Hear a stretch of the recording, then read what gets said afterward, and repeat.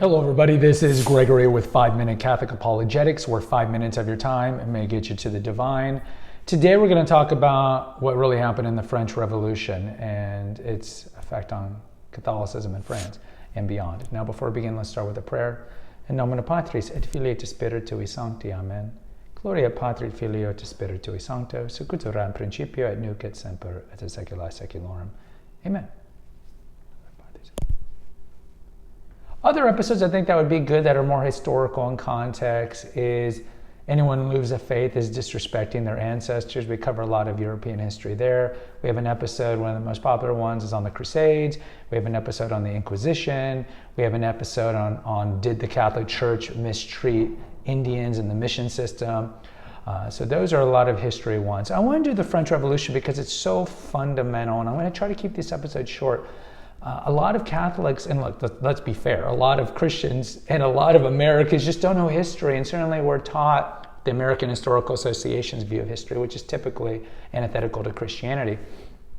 But the French Revolution was such a turning point. So let's kind of lead up to it. So Christendom, peak Christendom, I would say was 13th century Europe, but certainly through the age of Renaissance, it was very strong. Even with the Protestant revolution, you have to understand, if you were in Denmark or Sweden or Holland, I mean, you were still in a Christian milieu. I bet there was religious fighting, but we were also in a Christian milieu. That started to change in the Enlightenment in the 18th century when you had people like Diderot and Voltaire and these people that were overtly anti-Christian. And that kind of led the stage to the French Revolution. And in short, if you don't know the French Revolution, it's essentially when the Bourbon dynasty was toppled. Now, like with the Russian Revolution, it started as a moderate thing and then it went radical. And just like the Russian Revolution, you saw the church being targeted. And we don't really have time to talk about the Spanish Civil War, some of the things going on there with the Republican forces persecuting Christianity in Spain. We don't have time to talk about the Cristiada in Mexico and so many other places that this happened. But the French Revolution, essentially, Louis XVI and his wife Marie Antoinette were toppled, and there was a more moderate group of people called the Girondins who were taking over the Constituent Assembly. But eventually what happened was, from that moderate group, like the Mensheviks in the Russian Revolution, you saw a radical group come in, and the radical group are the Jacobins, Jacobins. And the Jacobins were, I mean, I don't want to go like they were not friendly toward anything of normal morality. So they're going to be anti-monarchy. I understand, the monarchy and the clergy worked hand in hand for what we would see like traditional orthodoxy, not like Greek orthodoxy, but just kind of like maintaining standards and values and morals. And you certainly saw this played out later in the 19th century, where you saw this fight between those forces, kind of the forces of stalwart orthodoxy versus what was called back then liberalism. And you saw it played out where by the end of the 19th century, the liberals won, and you saw freedom of religion, you saw the anti-clerical movement, you saw civil marriage and all these other things. But either way, so the Jacobins came into power, and this is like fronted by people like Marat and Robespierre, of course, is going to be the most famous person.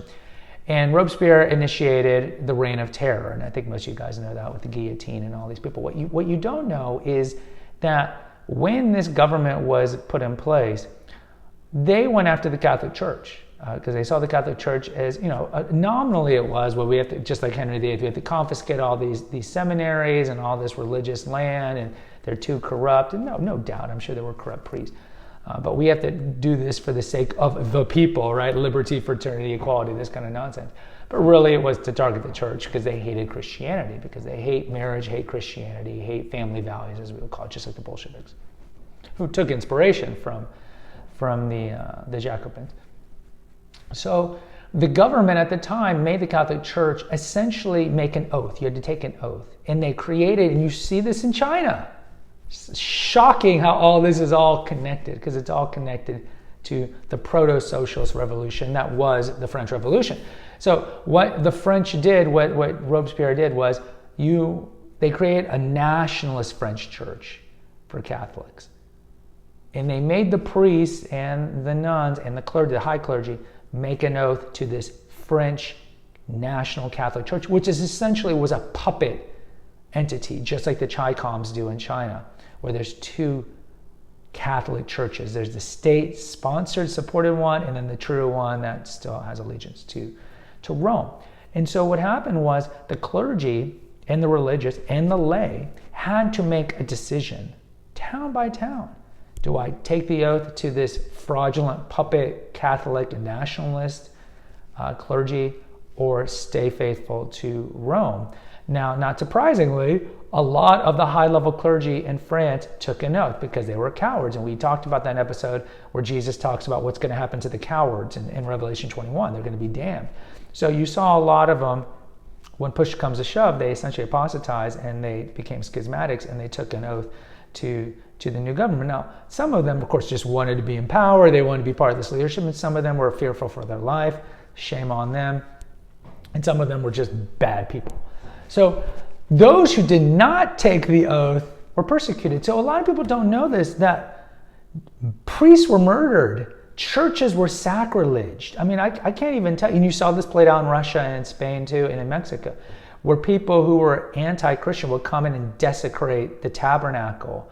And I'll just keep it vague, like body fluids and the Eucharist. We'll just keep it vague. They would desecrate and vandalize the churches. Nuns were raped. Nuns were murdered. Priests were murdered.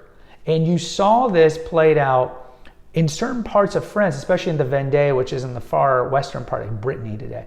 There was an uprising by Catholics, because that was a very Catholic part of France. And they're like, we're not tolerating this. And there were other uprisings in pockets. So a lot of martyrs came out of the French Revolution.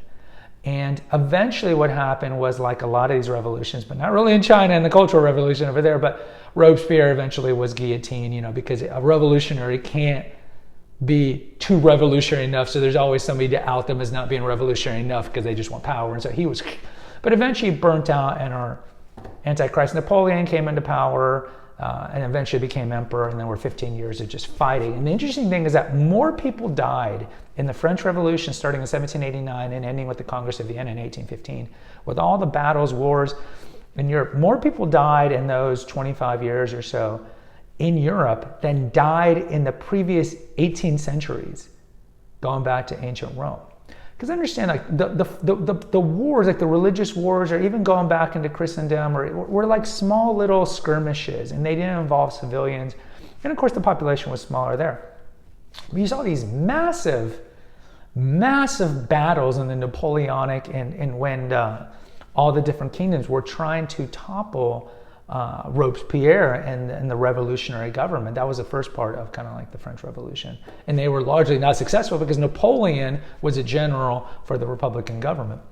And so you saw massive armies fighting. So you see like Tilsit, you see Austerlitz, of course most famously Waterloo, and you see Battle of Trafalgar, the Navy battle. So just tens of thousands of humans just fighting and fighting. So eventually, there was a lot of loss of life. Napoleon kind of normalized relations with the church. He realized that it was bad for the French Catholics to kind of like, you have to choose. Albeit he did imprison the Pope Pius at the time, but whatever. But eventually, 1815 came around. He was toppled, and they brought back the Bourbon monarchy, and it was kind of like a restoration of the order, right? So the clergy was brought back to its place, and the monarchy and so forth. But that was just a kind of a Pyrrhic victory, because eventually, as I mentioned, the 19th century, think of Les Mis, if you've ever seen Les Mis, you saw these revolutions later on, 1830, 1848, and eventually all the way to World War I, where the monarchies were all toppled essentially. And then the more values that were embodied by the French Revolution came into norm. And so now what we have secularism and moral relativism and all these things. But understand, the Catholic Church has been persecuted in pretty much every revolution that there is. And we do have an episode talking about, like, do Catholics kill Protestants? And I talk about in that episode where there's certain instances, like you think of Mary, the first Mary Tudor, where she persecuted Protestants. But as a whole, Protestants persecute Christians all the time, as you look at the subsequent reign of Elizabeth I and other places like that. But I just want to do a relatively quick understanding of the French Revolution, and just understand when Radical left governments come into power, you're targeted.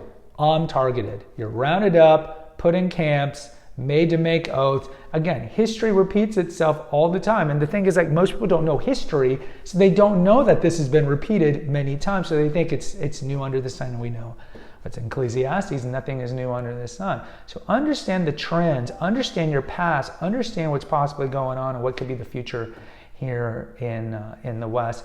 But just understand and pray for the martyrs that came out of the French Revolution. Guys, post in the comments. Let me know what you think. If you know anything about this history, I'd love to hear from you. Please hit the notification button because then your episodes come directly to you. And as always, share with others. Until next time, take care. God bless and pray.